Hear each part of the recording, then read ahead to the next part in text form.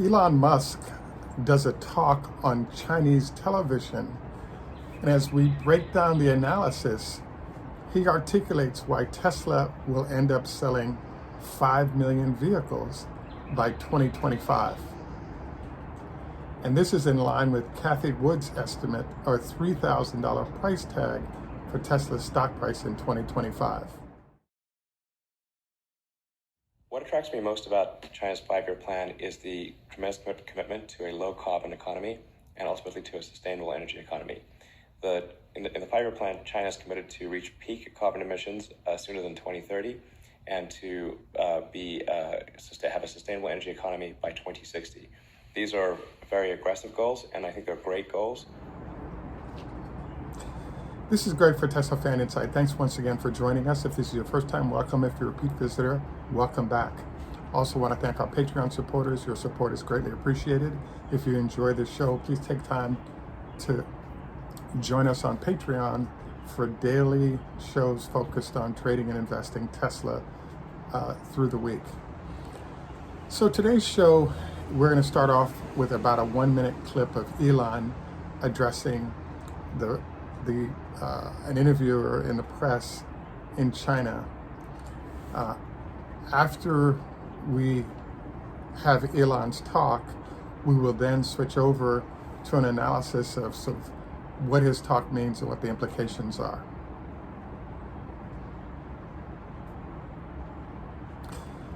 Thanks for joining us on our Elon View. We first wanted to say, wow, it's so rare to see Elon wearing a tie and a coat. Only special occasions get that, so that was kind of interesting. I'd have to say, having watched many interviews of his, especially when he comes on stage to talk about new products and services, you really didn't get that overall sense of confidence that he usually has sort of bleeding out through this situation. So we wanted to note that what it looks like, well, you know, I also would have to say, if Elon's folks have to watch our show, as many companies do, I wanted to note that you may want to engage your PR folks, because Elon did a great job of framing how China expansion would allow Tesla to grow. It would become Tesla's largest market and therefore largest opportunity. But he was very light on details as to how the company benefits from its affiliation with Tesla. And so I really think that this interview show was designed to help smooth over some of the challenges that are going on between Tesla and China currently. As you know, there are several issues that are happening right now. The first is Elon explained that as we're in ramp, particularly for Model Y and for all the vehicles, the tendency is that the quality of vehicles produced will actually stabilize at a very high level after the ramp. During the ramp, the quality standards could drop a little bit. So as you know, Tesla was called on the carpet by the leadership of the Chinese government, and their lead person in China actually had to go in for a meeting during which the discussion focused on what kind of job Elon/Tesla was doing quality-wise of vehicles being produced by the Shanghai plant. And I think because the Model 3s have already been in production for a long time, the issue was what's going on with the Model Y and the quality of those vehicles. So I think that this is one of the challenges that's lurking in the relationship between Tesla and Elon and the Chinese. The second thing to note here is that in China, if you think about it, the people at the front of the line for the Model Ys are likely to be sort of senior officials, Chinese officials. And so the challenge here is that the very people who would get these vehicles first are likely to be the folks who, if you don't do a great job, you could be in a very bad position, because all of a sudden you have this disaster on hand where you have senior party China official family members complaining to them about the quality of the vehicles received. So I almost think that Tesla might want to consider, when new products arrive in this fashion, delaying delivery to senior leadership and family members until you had this ramp problem that Elon talked about under control. The second thing that we believe is an issue that's lurking right now is there's an effort that we're seeing by the Chinese government to figure out how to have Tesla not immediately wipe out all of the EV makers that China has worked so hard to create and build using mostly Tesla technology. So there's kind of a conflict here. Tesla's working hard to grow fast and build market share. The Chinese government knows that as Tesla builds market share, it jeopardizes the future of large numbers of companies that it's helped put together in the space, and as I said, using Tesla's technology. So I think this is a natural conflict point, and this brings up an interesting question as we enter the next segment of the show, which is, how did Elon see this playing out, and how does the Chinese see this playing out?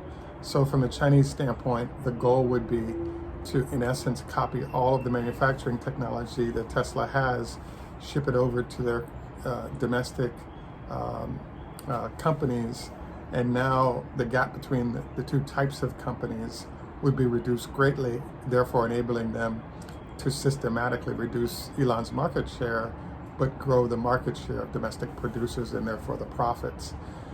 So there are many ways that Tesla could deal with this, and one of them is the 10,000 charging facilities being built in country this year with in-country manufacturing of those facilities.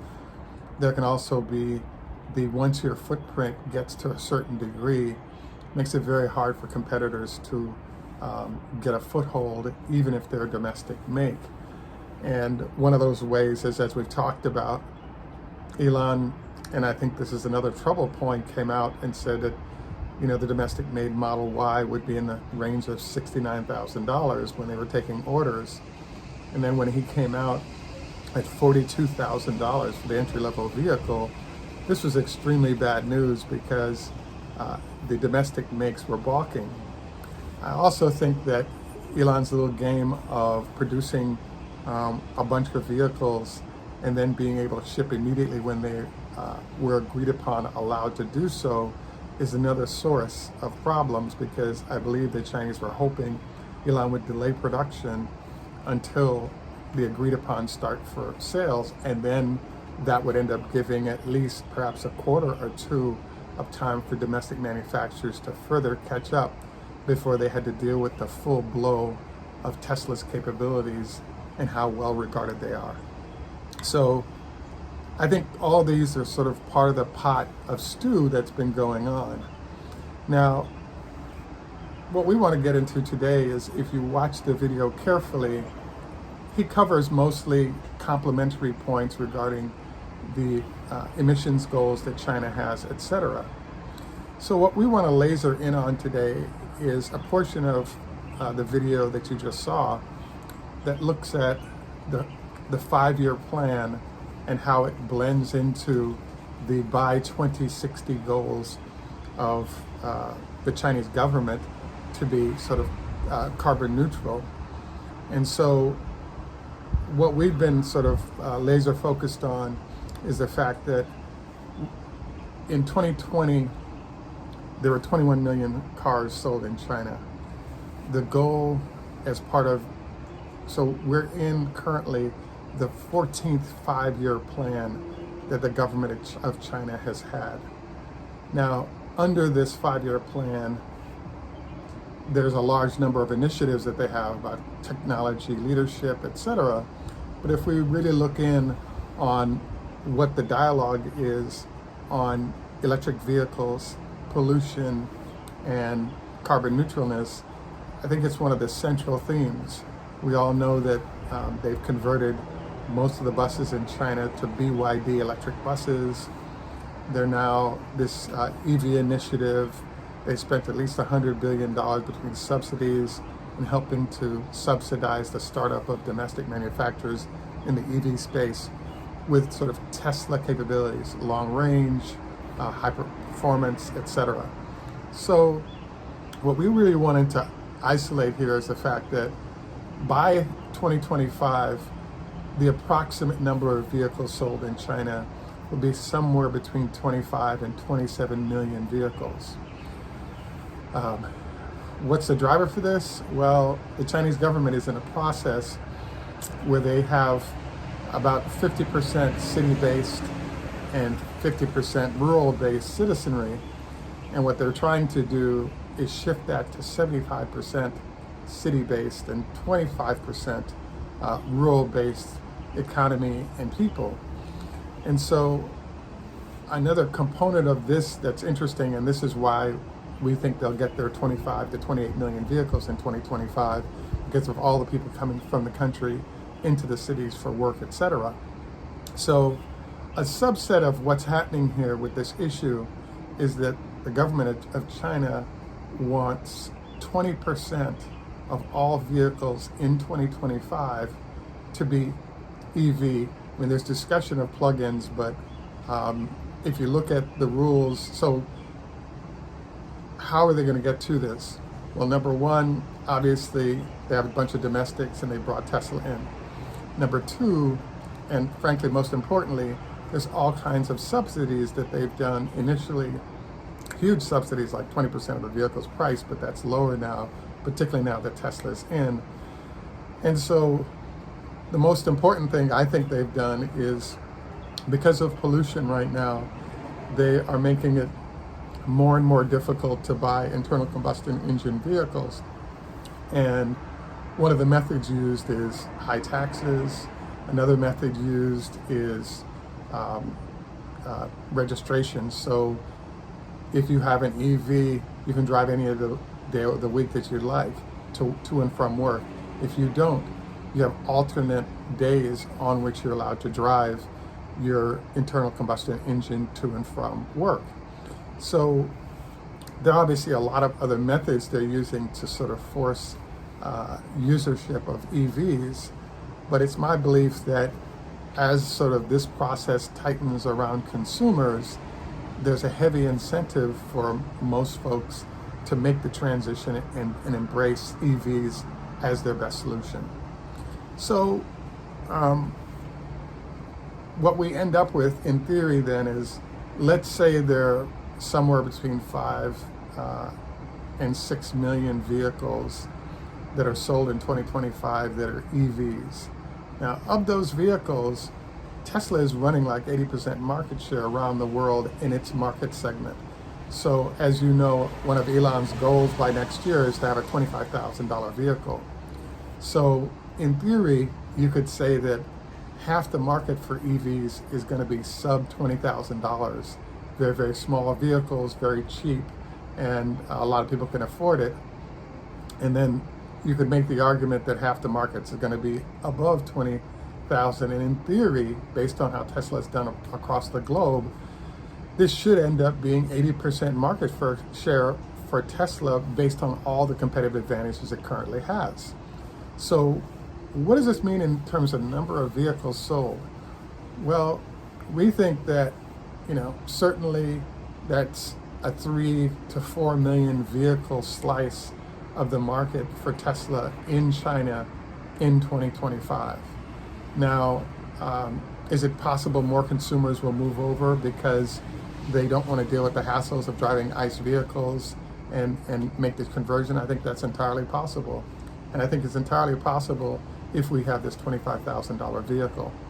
So where we're at, so let's say for fun, we're at about 3 or 4 million out of 6 million EVs in 2025 sold that are Tesla in China.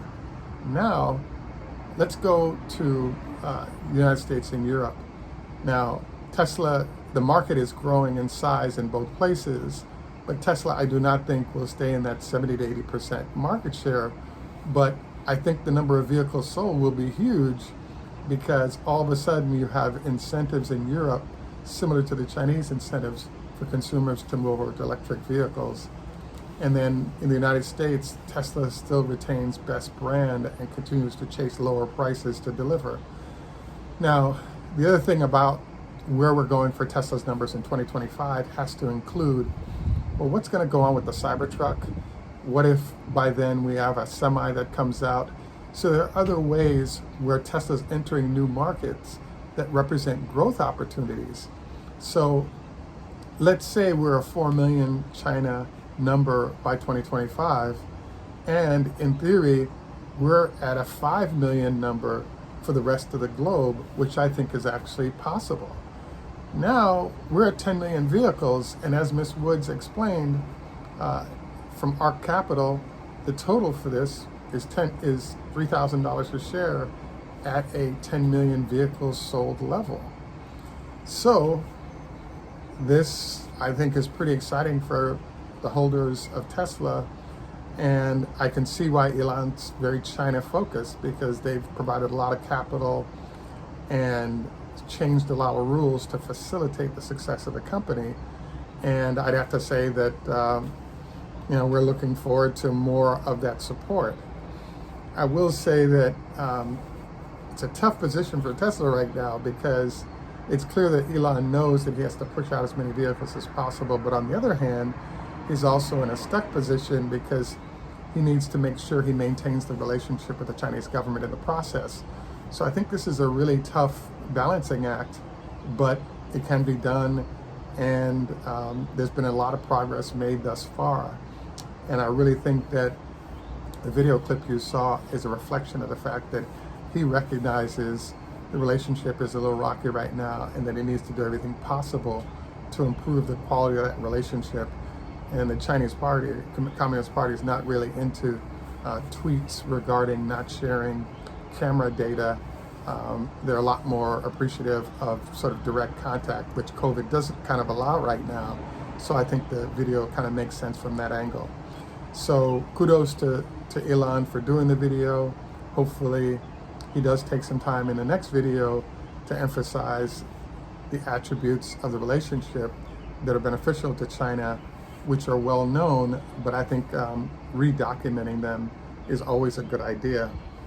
So we actually look forward to constructive comments here. This is sort of the end of our formal comments about Tesla. Like I said, we do have a few shares of SpaceX available. Please hit us up at Facebook, Teslafaninsight, on the private message if there's an interest in finding out more information. We want to next move over to our health tips for the day.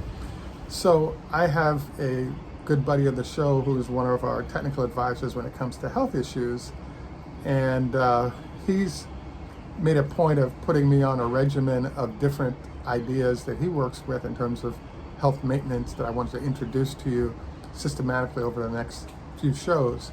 The first is, this is a